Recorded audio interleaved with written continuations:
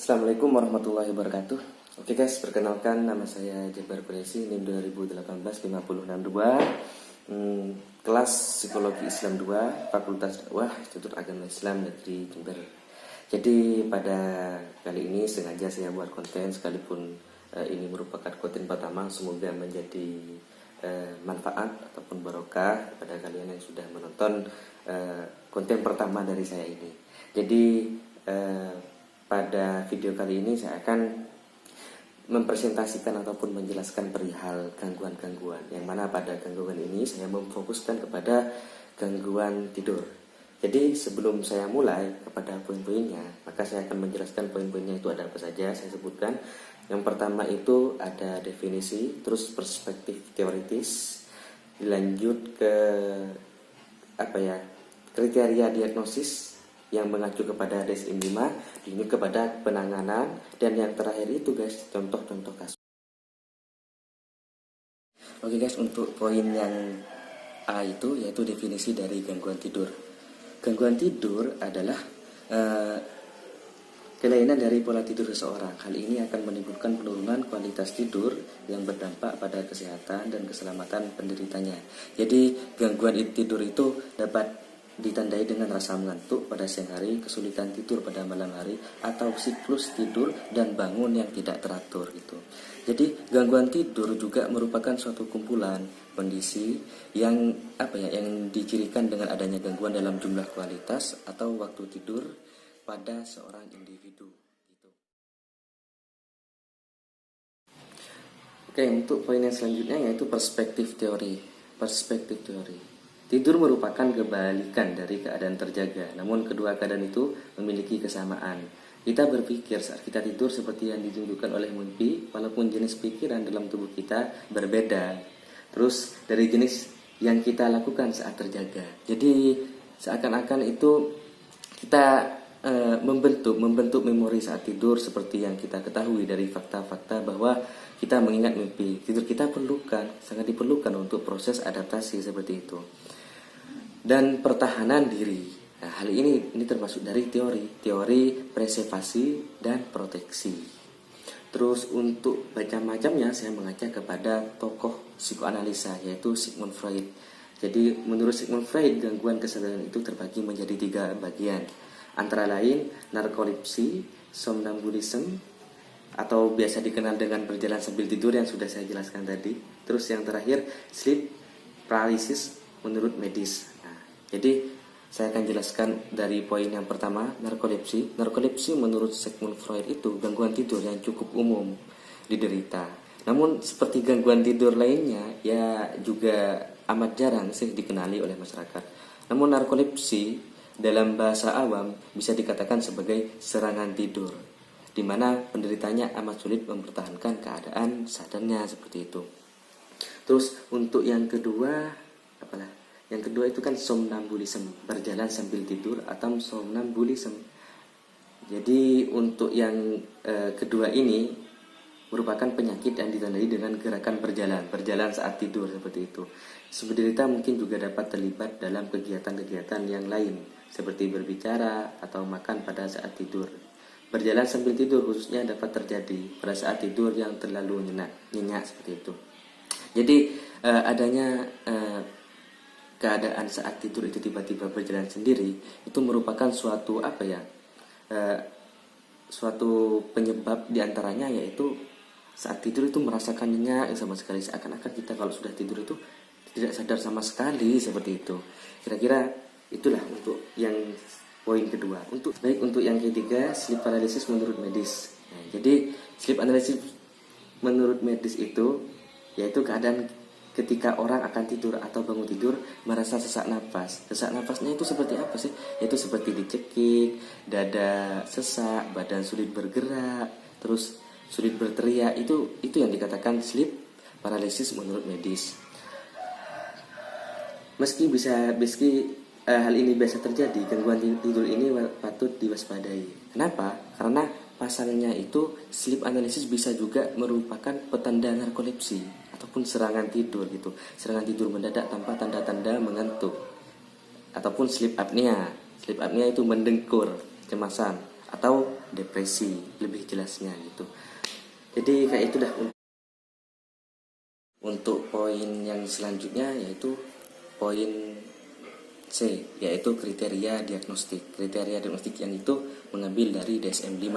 Jadi gangguan tidur dalam DSM-5 mencakup beberapa kelompok gangguan yang secara umum mencakup kelompok disomnia, parasomnia, dan gangguan pernafasan terkait tidur.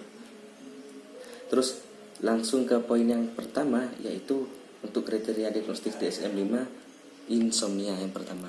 Apa itu insomnia? Kriteria diagnostiknya yang pertama, predominasi keluhan ketidakpuasan dengan kualitas dan kuantitas tidur berhubungan dengan salah satu atau lebih gejala-gejalanya, antara lain seperti kesulitan untuk memulai tidur, terus kesulitan untuk mempertahankan tidur yang ditandai dengan sering terjaga atau sulit kembali tidur setelah terjaga. Terus yang terakhir itu terbangun pada dini hari dan tidak bisa kembali tidur. Jadi pada saat semisal saya itu udah tidur mulai jam 8, terus tiba-tiba pas dini hari itu sekitar jam 1 saya itu udah bangun, dan saat itu juga saya itu mengalami kesulitan tidur, dan sampai ke pagi itu pun saya tidak sulit untuk tidur gitu, tidak merasakan tidur gitu. Udah anggaplah sulit gitu dalam kategorinya. Untuk poin B yaitu gangguan tidur dan menyebabkan distres yang signifikan secara klinis atau gangguan dalam fungsi. Untuk selanjutnya, kesulitan tidur dialami setidaknya 3 kali seminggu. Jadi maksudnya 3 kali seminggu itu gimana ya, bayangkan kalau kita itu selama tidur pastinya setiap hari itu mengalami tidur, tapi enggak, kalau ini hanya dalam jangka seminggu cuma merasakan tidur 3 kali seperti itu pun masih belum tentu dalam jangka waktu jam berjam-jamnya itu berapa gitu. Bisa jadi malah lebih sedikit dengan tidurnya kita itu dalam jangka sehari, misalkan tidurnya 7 jam, 8 jam. Tapi kalau bisa jadi kalau yang mengalami insomnia, sekalipun tidurnya itu dalam seminggu itu cuma 3 kali, bisa jadi hanya satu kalinya itu hanya 4 jam, 5 jam gitu. Sedikitan lebih ataupun lebih sedikit daripada kita gitu. Terus di poinnya lagi, kesulitan tidur dialami selama setidaknya 3 bulan. Wah, kalau ini akan tambah parah. Kalau barusan cuma 3 kali dalam seminggu, kalau ini setidaknya 3 bulan cuma dalam aktivitas tidurnya itu cuma berapa sih? Gak seberapa. Kalau selama 3 bulan itu bayangkan mengalami kesulitan tidur, otomatis cuma bisa dihitung tidurnya kita itu berapa kali gitu. Terus untuk poin yang selanjutnya, insomnia yang terjadi tidak bisa dijelaskan dan tidak muncul selama gangguan tidur lainnya.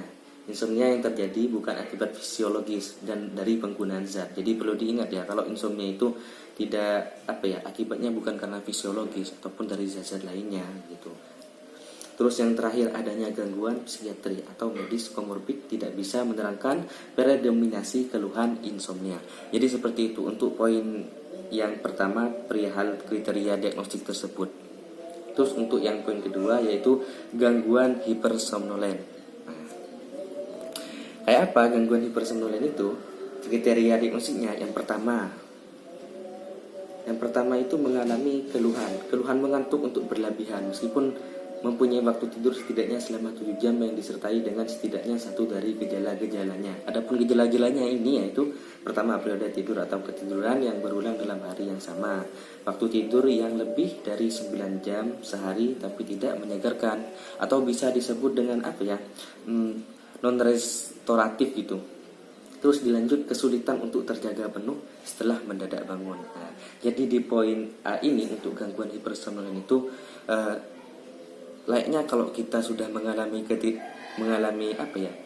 gangguan tidur itu, sekalipun tidurnya udah terasa cukup ataupun 7 jam, tapi tidak, malah tambah merasa kurang ataupun merasa pengen rebahan terus, pengen tidur terus seperti itu. Terus untuk poin B, episode hipersomnolen berlangsung setidaknya 3 kali seminggu.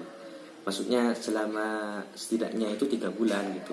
Terus episode hipersomnolen disertai dengan stres yang signifikan atau gangguan kognitif, sosial, pekerjaan atau area fungsi lainnya gitu. Untuk poin selanjutnya, episode hipersomnolen tidak bisa dijelaskan atau tidak hanya timbul selama episode gangguan tidur lainnya. Terus episode hypersomnolence bukan disebabkan oleh efek fisiologis akibat penggunaan zat. Sama berarti ya dengan insomnia yang barusan saya sampaikan. Terus yang terakhir, adanya gangguan psikiatri atau medis komorbid tidak bisa menerangkan kronisme keluhan hypersomnolence. Saya kira seperti itu untuk poin yang 2, gangguan hypersomnolence. Sekarang pindah ke poin yang ketiga, yaitu narkolepsi. Kayak apa sih kriteria diagnosis dari narkolepsi ini? Saya jelaskan. Yang pertama itu periode tidak tertahankan untuk tidur, ketiduran atau tidur siang timbul dalam hari yang sama. Hal ini terjadi setidaknya 3 kali seminggu selama setidaknya 3 bulan. Jadi sekalipun udah tidur, kalau narkolepsi ini sekalipun udah tidur merasa cukup, tapi merasa kantuk itu gak bisa dihindari gitu. Merasa kemana-mana ngantuk. Ya, kayak gitu dah kalau narkolepsi. Terus untuk poin yang selanjutnya disertai dengan setidaknya 1 hal berikut. Episode katalepsi yang terjadi setidaknya beberapa kali dalam sebulan yang berupa pada individu dengan sakit yang telah lama. Terus pada individu atau anak dengan onset kurang dari 6 bulan. Selanjutnya defisiensi hipokretin dalam cairan cerebrospinal. Terus yang terakhir hasil pemeriksaan polsomnografi malam hari menunjukkan latensi tidur rapid eye movement REM ataupun 15 menit seperti itu. Atau tes latensi tidur menunjukkan rata-rata latensi tidur 8 menit dan 2 atau lebih onset tidur REM gitu. Terus untuk yang poin yang keempat, macam-macam kriteria diagnosis dari gangguan tidur, yaitu gangguan nafas terkait tidur. Kategori ini mencakup 3 jenis gangguan tidur. Jadi di sini di poin 4 dibagi menjadi 3. Apa saja? Yang pertama obstruktif sleep apnea, hypopnea, terus central sleep apnea, dan yang terakhir itu sleep related hypoventilation gitu. Mungkin saya kaji lagi untuk yang 3 poin ini, dimulai dari kriteria diagnosis obstruktif sleep apnea, hypopnea adalah memenuhi kriteria A atau B. Jadi ada 2. Yang pertama gangguan bernafas saat malam hari. Terus yang kedua mengantuk pada siang hari atau tidur yang tidak menyegarkan meskipun jumlahnya cukup, yang tidak bisa dijelaskan oleh adanya gangguan psikiatri lainnya. Jadi pada konteks ini sekalipun tidurnya udah lama tapi tidak merasakan kesegaran, itu layaknya kita kalau sudah bangun tidur malam, pagi-paginya udah merasa segar karena istirahatnya sudah tercukupkan, seperti itu. Jadi saya kira seperti itu.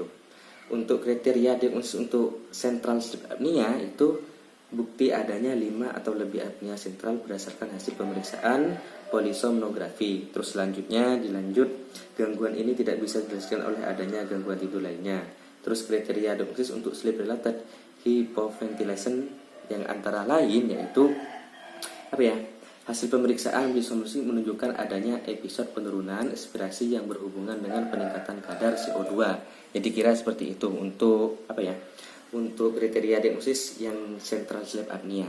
Terus baik untuk yang poin 5 dari kriteria diagnosis yang mengacu kepada DSM-5, yaitu terdapat circadian rhythm sleep wake disorder. Nah, jadi gangguan irama sirkadian yang antara lain itu meliputi pola gangguan tidur yang persisten atau berulang, yang umumnya karena perubahan irama sirkadian atau ketidaksesuaian irama sirkadian endogen dengan jadwal tidur terjaga yang dibutuhkan oleh lingkungan fisik, sosial, atau profesional gitu. Terus yang kedua, gangguan tidur menyebabkan mengantuk berlebihan atau insomnia. Terus yang terakhir, gangguan tidur menyebabkan distres yang signifikan secara klinis atau gangguan fungsi sosial, pekerjaan, atau area fungsi lainnya. Saya kira seperti itu untuk yang poin 5 ini. Oke, untuk yang keenam yaitu non-rapid eye movement sleep arousal disorder. Jadi kriteria diagnosisnya adalah episode terbangun dari tidur, biasanya pada sepertiga malam terakhir yang diikuti dengan salah satu dari tidur berjalan dan sleep terror. Jadi kalau sebelum-sebelumnya kriteria diagnosis yang lainnya itu kan sudah saya jelaskan, semisal kan tidur jam 8 tiba-tiba bangun pas dini hari, itu biasanya kan udah gak bisa tidur lagi sampai pagi. Tapi kalau ini enggak, dia bangunnya itu malah seakan-akan berjalan dalam keadaan tidur. Kalau di sini biasa dikatakan atau disebut dengan sleep terror seperti itu. Terus tidak ada atau sedikit sekali gambaran mimpi yang diingat. Jadi yang mengalami non-rapid eye movement sleep arousal disorder ini, dia sulit sekali untuk mengingat mimpi-mimpi yang telah dimimpikan seperti itu. Seakan-akan kalau udah bangun tidur, tiba-tiba dia merasa mimpinya kayak seru-seru, pas diingetin malah lupa gitu. Jadi kayak itu kriteria untuk yang poin 6 ini. Terus untuk yang poin 7 yaitu ini Myers kriteria di sini adalah kejadian berulang. Mimpi-mimpi yang panjang, sangat tidak menyenangkan dan diingat dengan baik, yang biasanya melibatkan upaya-upaya untuk menghindari ancaman terhadap survival, keamanan, atau integritas fisik, dan biasanya muncul pada paruh waktu kedua jam tidur. Jadi kalau yang ini malah kejadiannya itu berulang-ulang, mimpi-mimpi panjangnya itu berulang-ulang, seakan-akan bukan lantas mimpi panjang itu dalam jangka semalam mimpinya cuma satu, enggak, tapi mimpi yang sudah sebelumnya udah dimimpikan malah terjadi lagi mimpi seperti itu gitu. Terus untuk yang poin 8 yaitu rapid eye movement REM atau sleep behavior disorder. Kriteria diagnosis gangguan ini adalah episode terbangun dari tidur yang berulang dan berhubungan dengan vokalisasi dan atau perilaku motorik kompleks. Terus yang poin B, perilaku ini timbul selama tidur REM dan oleh karenanya mempunyai omset lebih dari 90 menit setelah mulai tidur. Kira seperti itu. Untuk setelahnya yaitu setelah terbangun, biasanya individu yang mengalami akan sadar penuh, waspada, dan tidak mengalami konfusi atau disorientasi gitu. Terus salah satu dari gejala-gejalanya antara lain riwayat yang menunjukkan adanya REM sleep behavior disorder dan adanya diagnosis. Biasanya itu misalnya penyakit Parkinson, multiple system atrofi seperti itu. Gangguan ini juga menyebabkan distres yang signifikan atau gangguan kognitif, sosial, pekerjaan atau area fungsi lainnya. Jadi dampak dari adanya gangguan ini ya penyebabnya ya bikin stres ataupun gangguan-gangguan kognitif ataupun yang lainnya seperti itu. Terus untuk yang 9, kriteria diagnosis yang 9 itu restless leg syndrome, yaitu keinginan untuk menggerak-gerakkan kaki, biasanya diikuti atau sebagai respon dari perasaan tidak nyaman di kaki. Terus gejala-gejala di atas muncul setidaknya 3 kali seminggu dan bertahan selama lebih dari 3 bulan gitu. Saya kira bisa dipahami gitu. Terus gejala-gejala di atas disertai dengan stres yang signifikan secara klinis atau gangguan dalam fungsi sosial, pekerjaan, pendidikan, akademik, perilaku atau area fungsi lainnya. Jadi hampir sama dengan yang poin 8 barusan yang sudah saya jelaskan seperti itu. Terus untuk yang poin terakhir yang 10 dari kriteria diagnosis gangguan tidur ini yaitu gangguan tidur yang diinduki oleh penggunaan zat. Jadi gangguan-gangguan kalau ini udah fokusnya kepada penggunaan zat. Kira-kira apa kriteria diagnosisnya? Antara lain gangguan tidur yang prominent dan berat. Terus didapatkan bukti-bukti berdasarkan riwayat pemeriksaan fisik atau pemeriksaan laboratorium bahwa gejala gangguan tidur timbul segera setelah introduksi zat atau setelah putus zat atau paparan obat gitu. Terus gangguan tidur yang ditemukan tidak bisa dijelaskan dengan gangguan selain akibat induksi zat. Jadi sulit ditebak ataupun tidak bisa ditemukan ataupun dijelaskan dengan gangguan lainnya kecuali dengan selain dari induksi zat tersebut. Terus gangguan tidak hanya terjadi ketika terjadi delirium. Terus gangguan menyebabkan stres, sama saja dengan poin yang 8, 9 itu sama saja. Baik, untuk poin yang selanjutnya yaitu poin D, perspektif penanganan. Nah, metode yang paling umum menangani gangguan tidur di Amerika adalah penggunaan pengobatan tidur yang disebut dengan hipnotis. Namun karena masalah-masalah yang berhubungan dengan obat-obatan ini, pendekatan penanganan non-farmakologi terutama terapi kognitif perilaku telah muncul ke permukaan. Nah, salah satunya yaitu melalui pendekatan fisiologis. Secara keseluruhan itu pendekatan dengan penanganan kognitif behavioral yang telah menghasilkan manfaat yang penting dalam menangani insomnia kronis itu teknik kognitif behavioral itu menekankan pada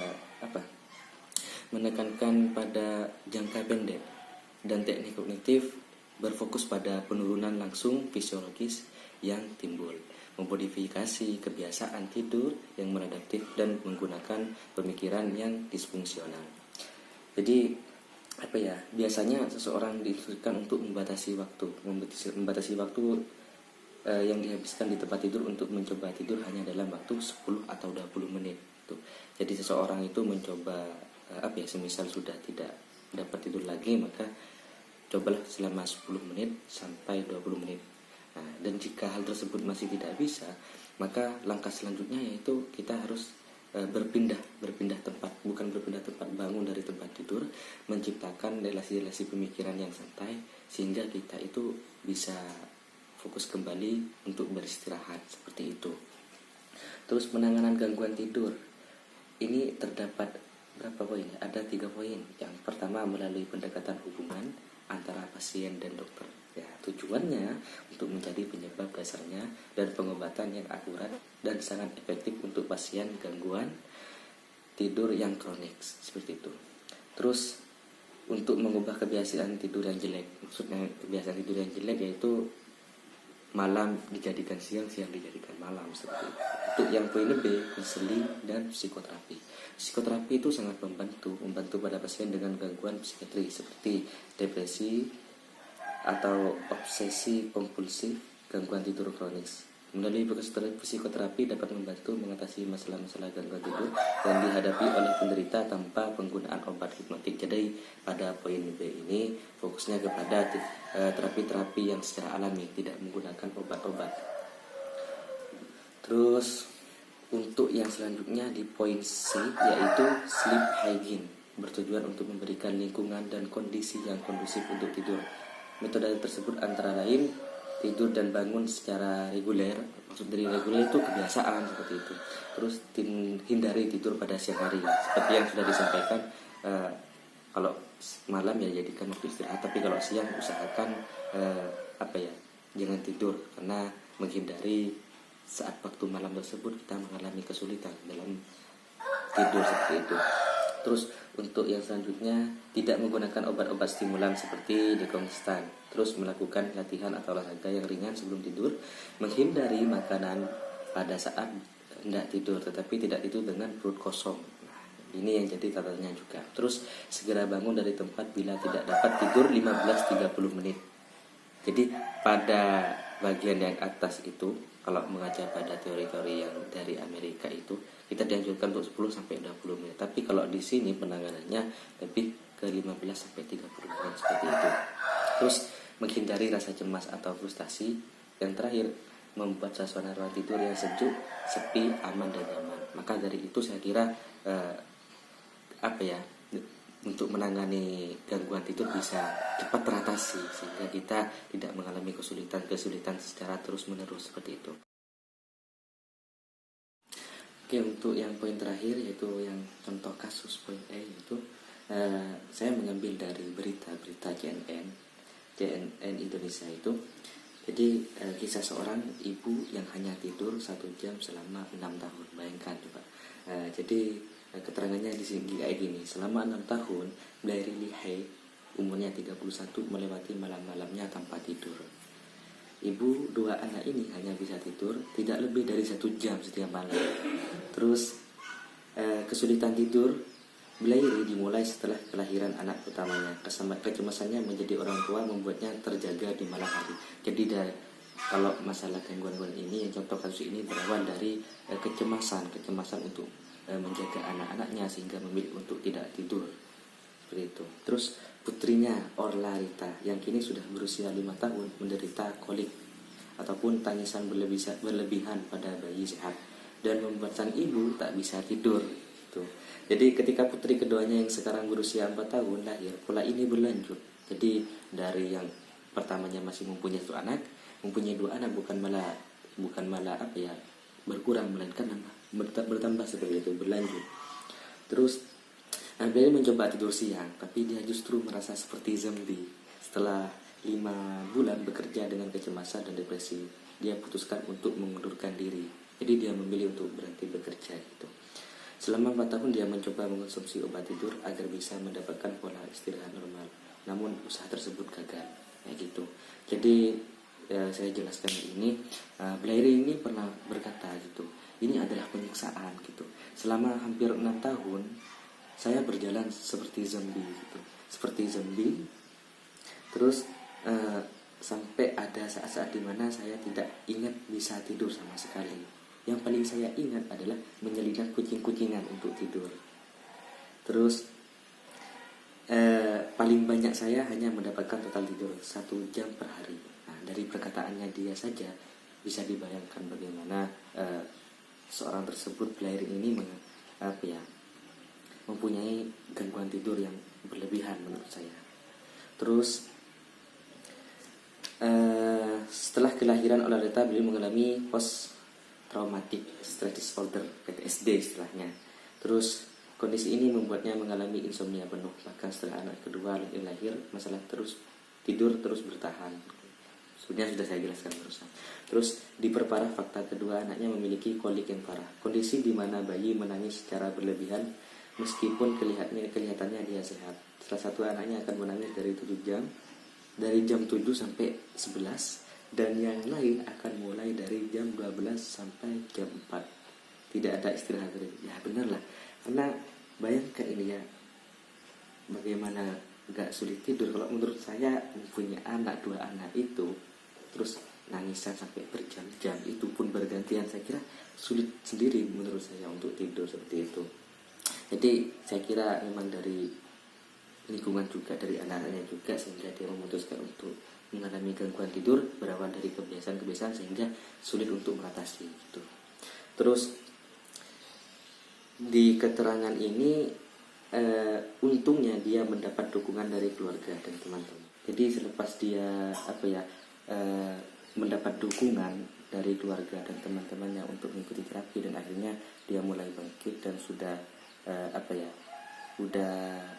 tidak mengalami gangguan tidur yang sangat menyakitinya, itu yang hampir 6 tahun seperti itu.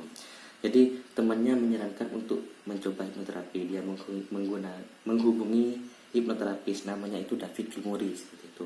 Terapi yang digunakan oleh Gilmour adalah terapi perilaku kognitif CBT dan neurologis linguistic programming yang biasa disebut dengan NLP. Hanya setelah 1 kali sesi selama 2 jam pada awal Juni, dia bisa tidur kembali sepanjang malam. Nah, dari hasil ini ya akhirnya dia mulai sembuh dari gangguan tidur tersebut. Sampai dia bilang kayak gini, malam itu segera setelah saya meletakkan kepala di bantal dan saya akhirnya pingsan. Ya seperti itulah, karena melihat dari terapi yang diikuti oleh Fahri ini kan CBT. Jadi maklum, karena CBT itu memang diakui oleh National Institute of Clinical Excellence (NICE) di Inggris sebagai intervensi layak untuk membantu masalah tidur penderita insomnia. Jadi sudah ada pengobatan secara khusus seperti itu. Jadi kayak gitu sudah untuk poin yang di poin E. Lebihnya saya kira bisa dicukupkan untuk presentasi gangguan tidur ini. Sebelumnya saya mohon maaf apabila terdapat kekurangan ataupun kesalahan dalam penyampaian. Di samping itu juga dari suasana di sini yang masih kurang mendukung, seperti kayak ada bunyi ayam, bunyi apa. Ya saya kira semoga ini menjadi awal yang baik untuk saya untuk mengupload yang pertama bekali buat konten YouTube di sini seperti itu. Hanya itu. Assalamualaikum warahmatullahi wabarakatuh.